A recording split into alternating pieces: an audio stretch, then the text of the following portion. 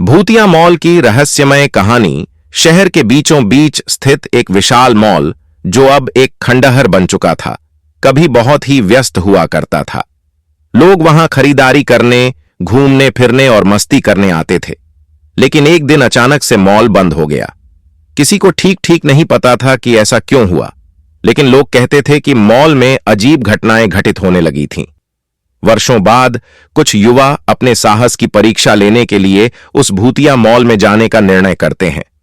अंशु, राधा, विक्रम और सोनू 4 दोस्त थे जो हमेशा रोमांच की तलाश में रहते थे।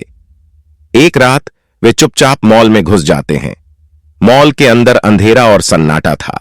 उनके कदमों की आवाजें पूरे मॉल में गूंज रही थीं। अंशु ने अपनी टॉर्च जलाई और उन्होंने मॉल के विभिन्न हिस्सों की खोजबीन शुरू की।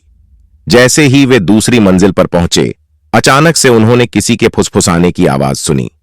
पहले तो उन्होंने सोचा कि यह उनका वहम है, लेकिन आवाजें तेज होती चली गईं। राधा ने डरते हुए कहा, यहां से निकल चलो, यह जगह सही नहीं लग रही। विक्रम ने उन्हें साहस बंधाते हुए कहा, डरो मत, कुछ भी नहीं होगा, यह बस हमारी कल्पना है। लेकिन तभी अचानक से लाइट्स जलने और बुझने लगीं। सभी चौंक गए और उनकी धड़कनें तेज हो गईं। सोनू ने एक कांच के दरवाजे के पास देखा, जहां पर उसे एक परछाई दिखाई दी। वहां देखो, वो क्या है? सोनू ने चिल्लाते हुए कहा। सभी ने दरवाजे की ओर देखा और एक धुंधली आकृति को देखा जो धीरे धीरे उनकी ओर बढ़ रही थी। डर से थरथराते हुए वे भागने लगे। जैसे ही वे मुख्य द्वार की ओर भागे, दरवाजा अपने आप बंद हो गया। चारों ने मिलकर दरवाजे को खोलने की कोशिश की, लेकिन वह हिला तक नहीं। आवाजें और भी भयानक हो गईं और उन्हें महसूस हुआ कि वे अकेले नहीं हैं।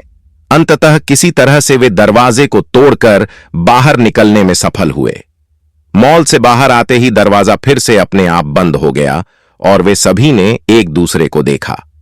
उस रात के बाद वे कभी उस मॉल के पास भी नहीं गए और शहर में हर कोई जान गया कि उस भूतिया मॉल में कभी भी कदम रखना एक खतरनाक कदम हो सकता है। अगर आपको हमारा वीडियो पसंद आया हो तो कृपया हमारे चैनल को सब्सक्राइब करें और नोटिफिकेशन बेल को दबाएं ताकि आपको हमारे नए वीडियो की जानकारी तुरंत मिल सके।